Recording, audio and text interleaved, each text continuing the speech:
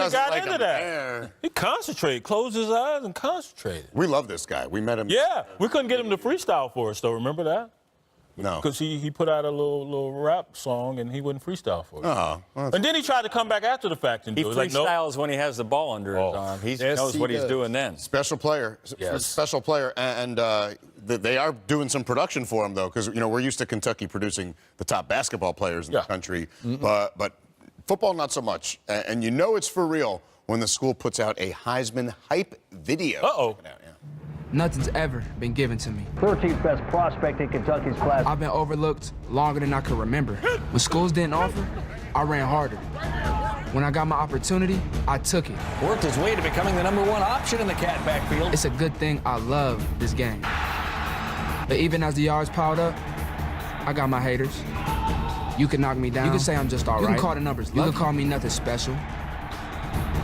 You can tell people not to buy the hype. That's fine. I don't play for recognition. Benny Snell Jr. I don't play for awards. He is going to rewrite the record books this season. I play for Kentucky.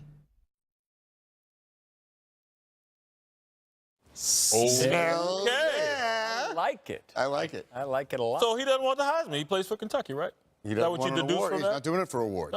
Nate Give him Smith one. Awards anyway. But if you want to give it to me, I'll take it. Yeah. No, that's great. I like that. And he's a heck of a player as well. Yeah, and if that's even going to come close to happening, being a finalist and all, they got to keep winning. Yeah. And I'll tell you what, as easily as you will lose a talking match with Benny Snell, you will likely fail a toughness test with this Kentucky team right now. They have a top 3 defense, best conference start in 41 years, and they're taking it all to Texas A&M on Saturday night. So, yeah, who's got the top rusher and the top rushing offense in the SEC? Kentucky. Snell's got 135 a game. You add Terry Wilson and the rest of them, you get about 270 a pop. Jimbo Fisher called Saturday's post-Alabama win over Arkansas their worst game of the year. Travion Williams kept the ball moving, but Kellen Mond threw 2 picks in the first half, and Jimbo grabbed the face mask. We'll get to that. This week, it's all about slowing down Benny Snell Jr. He reminds me of the way Emmett used to run. I mean, Emmett had the big plays and we did all that, but Emmett made yards on everything he did. You know what I'm saying? I mean, back in the day when you really watched him, you think, well, they got him.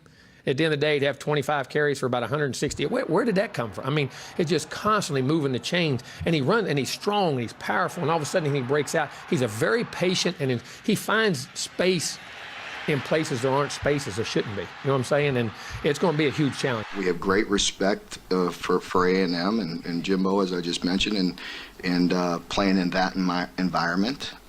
It's going to be, a real challenge for our players, but we don't need any extra motivation. We want to try to get a win. What you don't see is Mark Stoops' long ponytail in the back. Hey, how about the job he's doing? Never make fun of a guy like that. I'm at that. Oh, I'm on my way. All right, I'm on just my way. so we're And unclear. Coach and I Mark, are we good. didn't mean anything by it. No, we're good. We're good. Yeah. By the way, one injury, A&M sophomore wide receiver Jamon Osborne, who's 3rd in catches and yards. He's out indefinitely following some foot surgery. But you think it'll be close? A&M says Sportsline by 2. What do you think, Randy? Well, A&M is giving away points in this one. And you look at this defense, this is the #4 scoring defense in Kentucky. 12.6 points a game. I mean, that's another stat that jumps out at me. That's Kentucky. And they've played teams. Oh, exactly. But they're 8-2 with that spread figured in. The last 10 times they went on the road as an underdog, and they're going to win this one, too, as an underdog.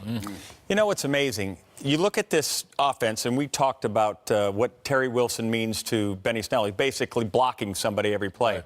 But truthfully, the difference on this Kentucky team is defensively. Yep. These guys are really good up front. And if we put them in Georgia uniforms, we'd be raving about them. We're just not used to saying that about Kentucky defense. This Josh Allen coming off the edge is outstanding. They've got 2 6'3" corners, this Derek Beatty and Lonnie Johnson. They can cover down and they get the extra number for the running quarterback. I'm on Kentucky this week. There you go. Yeah, I love what Benny and the Cats are doing, but I'm going to go against them for a 3rd week in a row.